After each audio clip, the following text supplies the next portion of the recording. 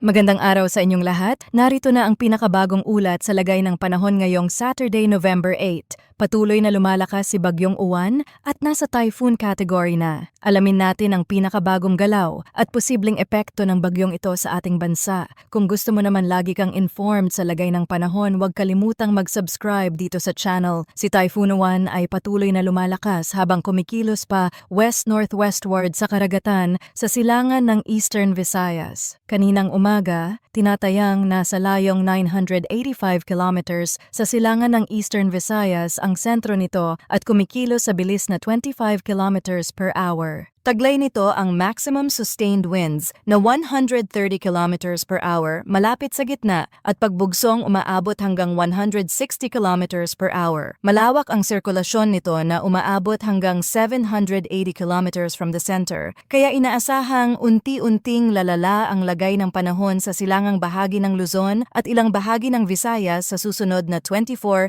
hanggang 48 hours. Nakataas ang Tropical Cyclone Wind Signal number 2 sa Catanduanes at sa silangan at gitnang bahagi ng Northern Samar, Timog Silangan at hilagang silangang bahagi ng Samar at sa hilagang bahagi ng Eastern Samar. Samantala, nasa ilalim ng Tropical Cyclone Wind Signal number 1 ang mas malawak na lugar kabilang ang Cagayan, Babuyan Islands, Isabela, Quirino, Nueva Vizcaya, Apayao, Abra, Kalinga, Mountain Province, Ifugao, Benguet, Ilocos Norte, Ilocos Sur, La Union, Pangasinan, Aurora, Nueva Ecija, Bulacan, Tarlac, Pampanga, Zambales, Bataan, Metro Manila, Cavite, Laguna, Batangas, Rizal, Quezon, kasama ang Polillo Islands, Camarines Norte, Camarines Sur, Albay, Sorsogon, Masbate kasama ang Ticao at Burias Islands,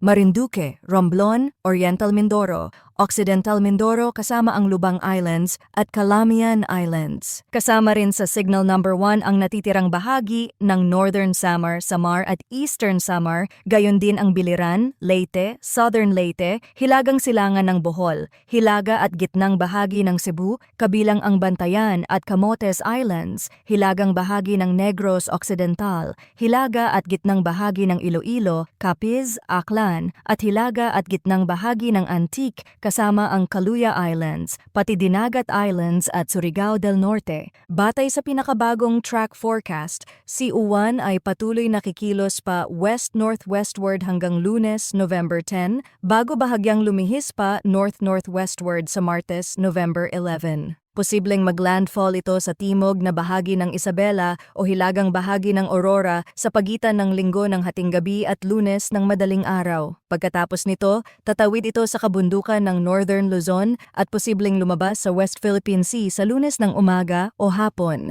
Mataas ang posibilidad na lalo pa itong lalakas at maabot ang Super Typhoon category ngayong gabi o bukas ng umaga. Maaaring tumama ito sa lupa habang malapit o nasa peak intensity. Bagamat hihina ito habang dumaraan sa kabundukan, mananatili pa rin ito sa typhoon category at posibleng muling lumakas paglabas nito sa dagat. Ayon sa mga eksperto, mabilis ang intensification ni Typhoon Uwan dahil nasa paborableng kondisyon ito ngayon. Mainit ang temperatura ng dagat at mababa ang wind shear. Dahil dito, napakahalaga ng maagang paghahanda. Siguraduhing nakasecure ang bubong, handa ang inyong emergency kit, at alam ng bawat miyembro ng pamilya ang evacuation plan. Manatiling nakatutok sa mga opisyal na update ng pag-asa at ng inyong lokal na pamahalaan. Maghanda, mag-ingat, at patuloy na makinig sa mga abiso habang papalapit si Typhoon Uwan.